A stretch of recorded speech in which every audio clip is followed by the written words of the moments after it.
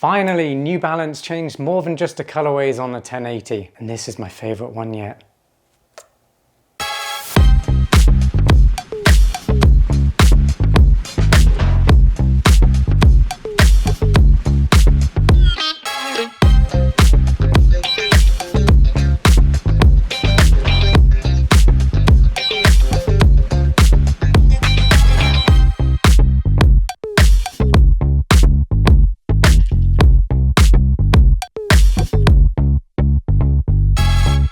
The 1080 version 15 is New Balance's flagship max cushion daily trainer, and the headline is a brand new foam called Infinion that replaces the long-running Fresh Foam X. The buzz is around whether the new foam actually moves the needle, and it does. It feels familiar if you've worn any 1080 before, but meaningfully better underfoot from the first mile. This is the version of the 1080 I've been waiting for.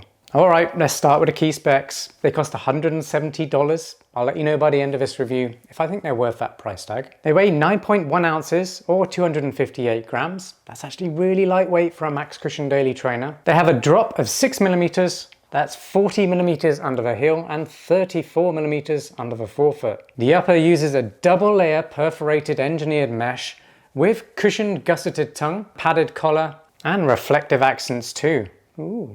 When it comes to sizing and fit, go over usual US sizing. You should be really happy with that. There's a nice amount of room in the toe box as well, so you can wiggle your toes, get nice airflow within the shoe without the upper feeling sloppy. Lockdown is still really good, especially in the midfoot.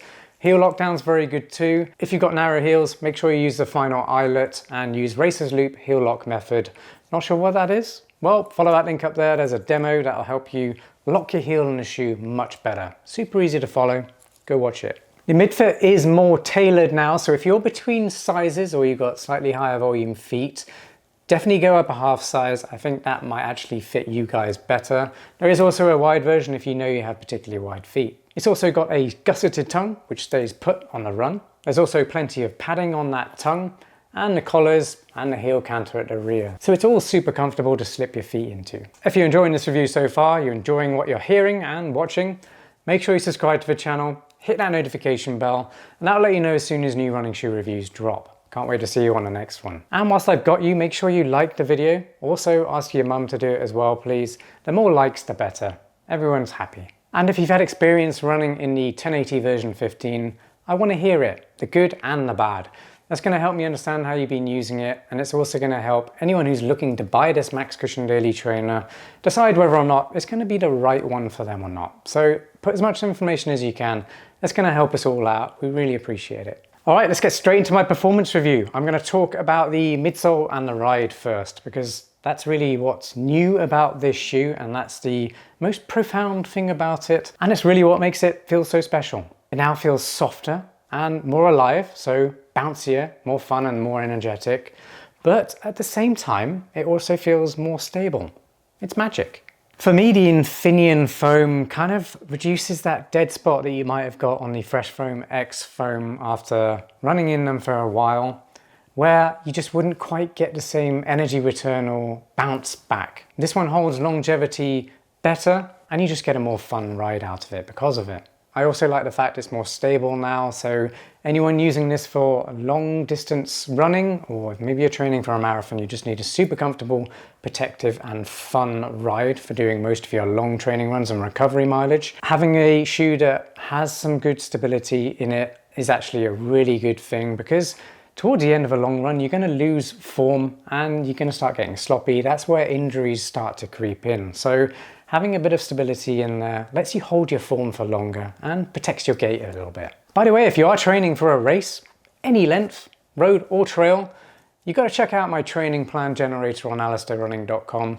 Free to use, all you have to do is subscribe, and that's only a good thing because that's a really great community where you can ask me questions and see exclusive content on there once you're subscribed. When it comes to pace range, this one is actually pretty good for a max cushion daily trainer.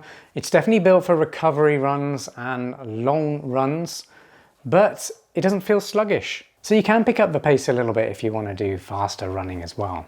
It's not a speed training shoe, it's not really a tempo running shoe, and it's definitely not an interval training shoe. But what I'm trying to say is if you are going to be doing your recovery and long runs in this shoe, and just general weekly mileage, then you can pick up the pace. You can have a little bit of fun out there, and the shoe will respond to that. I'm going to do a really quick flex and release demonstration so you can see what this Infinion foam is doing.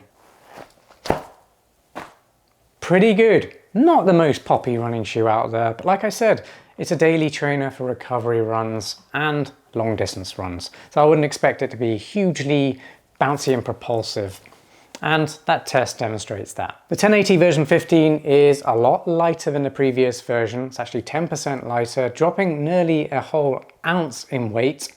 And I can really feel that on the run. It just makes me want to pick up my cadence a little bit more and just feels a little bit snappier and more agile on the run. That's how I like to run. I really like this upper. It's soft, stretchy, and breathable, and it just feels durable and hard wearing as well. I like the fact that it's just not overly built as well, but there's plenty of cushioning. So really like what they've done with this upper. The segmented rubber pods on the outsole do a really good job with traction. I like the fact that there is a little bit of a gap in the middle. There's pros and cons to this. Not having rubber compound all the way across the outsole does mean it's not going to be as durable and you're not going to get as good grip in this midfoot section. That said, you're not going to get quite as much ground contact in this section anyway. You do get some weight savings and you do also get more flex out of the shoe because you're not having to bend that rubber compound as well. So like I said, pros and cons there, but traction has been really good. It's definitely a more versatile shoe than the previous version. I like the fact that I can pick up the pace in it now, and the fact it's more stable too. If you're curious to see how this one stacks up against other Max Cushion daily trainers right now, well, follow that link up there. That'll take you to my roundup of the best ones that you can buy right now. If you are in the market for a Max Cushion daily trainer, it'll help you find the right ones for you. It's time for my final verdict. Is the New Balance 1080 version 15 worth $170? Yes, definitely. I absolutely love this shoe. I like how it looks. This new Infinion foam is fantastic. It's really fun. It's squishy, it's bouncy, it's energetic. Got a bit of pop in there, and it's just fantastic for long distance running and recovery runs, that kind of stuff, where you need to get the mileage in for training, but you don't want your feet to feel beaten up afterwards. That's where this one shines, and I absolutely love it. I'm using it a lot right now because I am training for Speedgoat by UTMB. Yes, that's a mountain trail race, but I live in Florida, so I've got to be really creative with my training. And for long distance running on the road, I'm using this one right now. I really hope you enjoyed this review. If you did, please like the video. Super easy to do. Just give it a tap and I'll be really happy. And make sure you subscribe to the channel. Hit that notification bell, and I'll see you on the next running shoe review. And if you've got any questions, maybe I forgot to cover something, put it in the comments down below. I reply to everyone. Thanks for watching. I'll see you on the next review. Peace.